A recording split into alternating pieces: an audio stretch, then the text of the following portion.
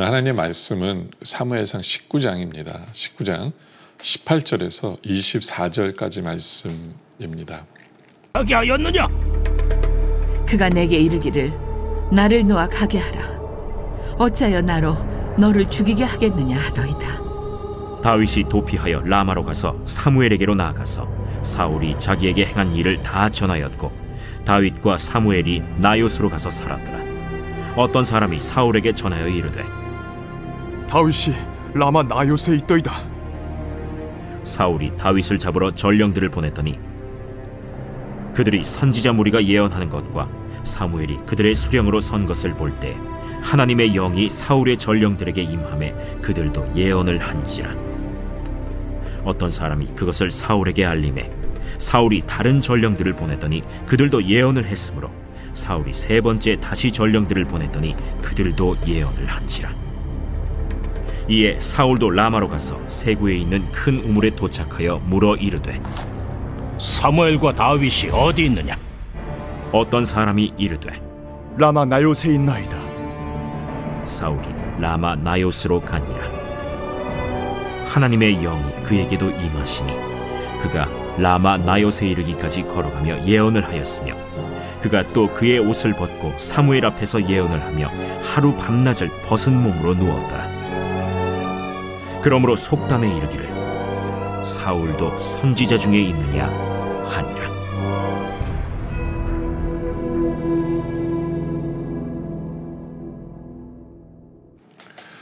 계속해서 19장에서는 사울은 다윗을 죽이려고 하고요. 그리고 하나님은 여러 사람들을 사용하셔서 살려주시는, 다윗을 보호해 주시는 하나님이심을 나타내 보여주죠.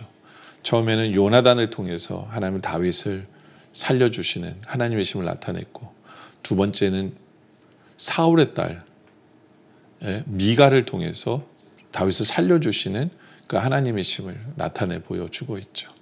그렇죠? 오늘은 또 사무엘을 사용하세요. 사무엘을. 다윗이 도피하여 라마로 가서 사무엘에게로 나아가서 사울이 자기의 행한 일을 다 전하였고 다윗과 사무엘이 나요스로 가서 살았더라. 이제 다윗은 사무엘에게 찾아가요. 이제는 어떻게 보면 더 이상 기댈 사람이 하나도 없어요.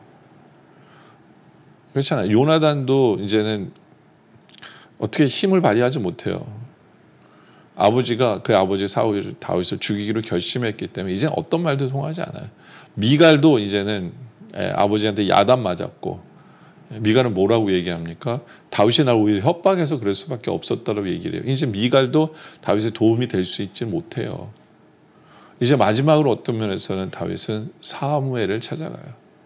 그리고 설명을 합니다. 그렇잖아요. 사무엘은 자기를 왕이 될 거라고 기름을 부어준 사람이기 때문에 정말 어떻게 보면 마지막이에요. 사무엘을 찾아가요. 사무엘을.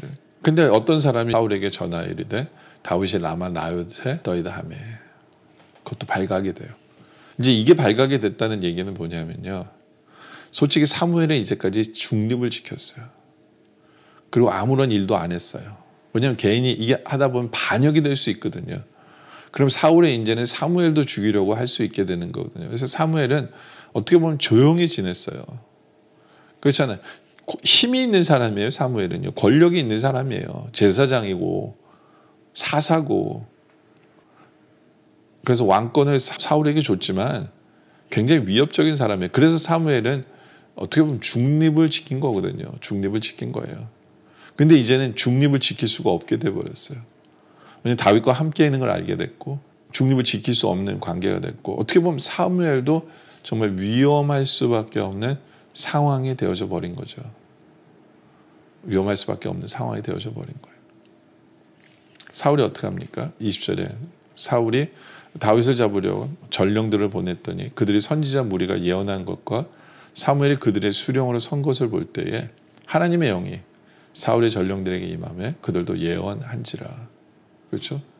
이제 사무엘을 잡고 사울을 잡을 수 있는 상황이 돼버렸어요. 근데 갑자기 하나님의 영이 그 잡으러 온 사람에게 임해서 예언을 하게 됩니다. 그러니까 하나님의 뜻을 예언하는 사람으로 그냥 변화되게 한 거예요. 그냥 영의 지배를 받게 한 거죠. 성령에.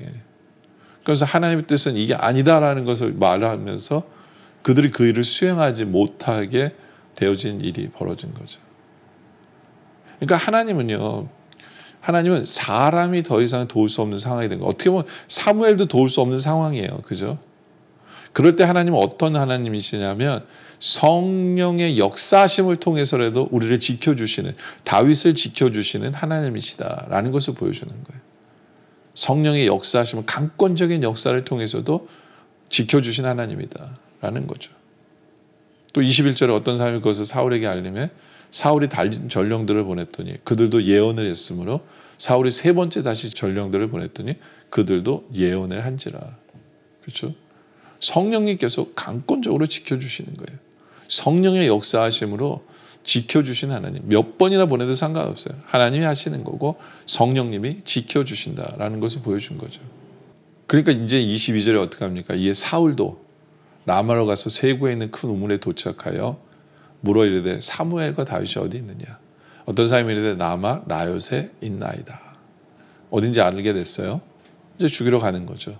그런데 가야 되는데 23절에 사울이 라마 나요스로 가니라 하나님의 영이 사울에게도 임한 거예요. 그 강팍한 그 악령에 사로잡혀서 사람을 죽이려고 하고 살인 속에 어떤 면에서는 광인이에요. 미친 사람이에요.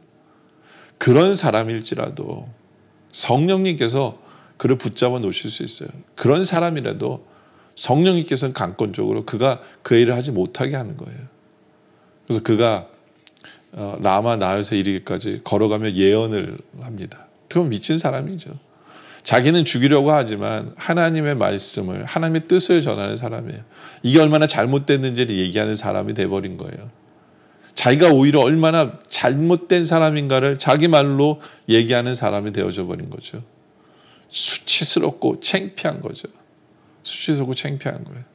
그래서 24절에 그가 또 그 옷을 벗고 사무엘 앞에서 예언을 하며 하루 밤낮을 벗은 몸으로 누웠더라.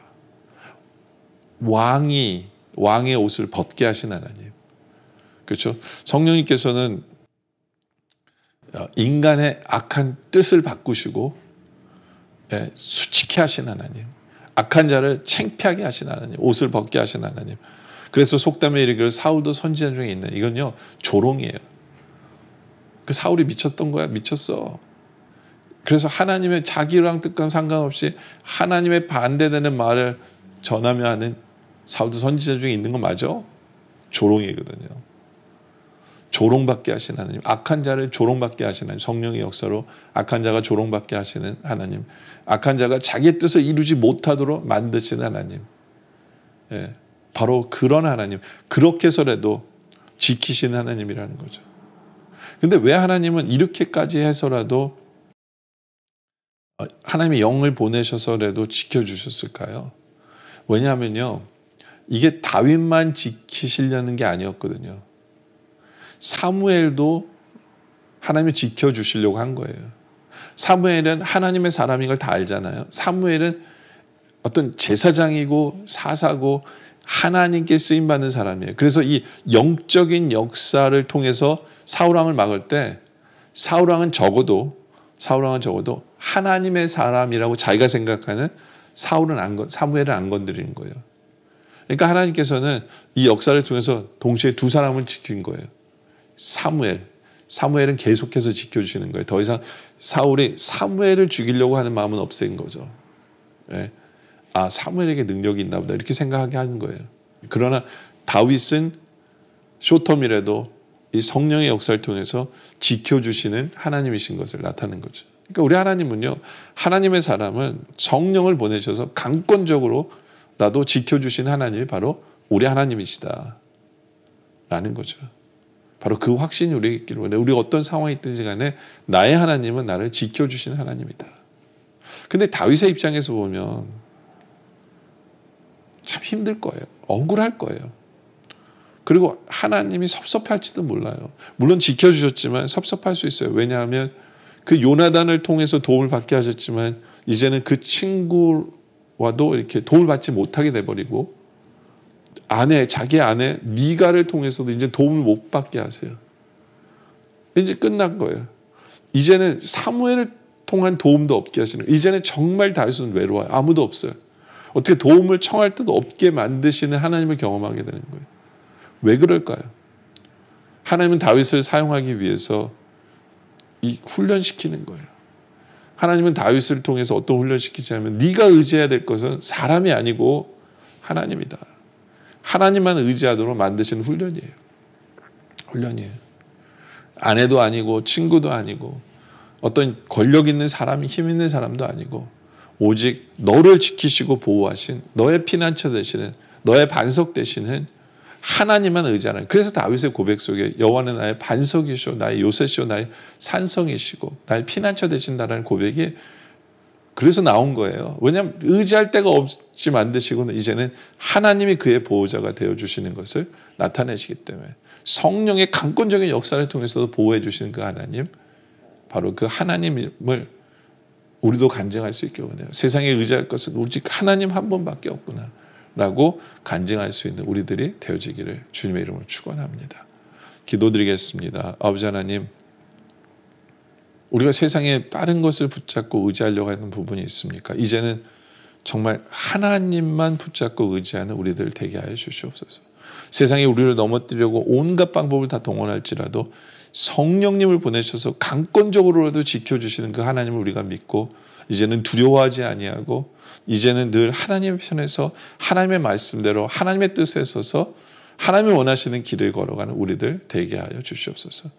그 과정 속에서 오직 하나님만 의지하는, 그래서 우리 하나님이 나의 반석이시오, 나의 요새시오, 산성이시오, 나의 피난처 되신다라는 그런 간증을 가지고 주님을 섬겨나가는, 주 안에 거하는, 주의 뜻을 이루어가는 우리 모두가 되게 하여 주시옵소서. 아버지 하나님, 오늘 말씀에 감사드립니다. 계속된 기도 속에 함께해 주셨기를 간절히 소원하며 예수 그리스도의 이름으로 간절히 기도드립니다. 아멘.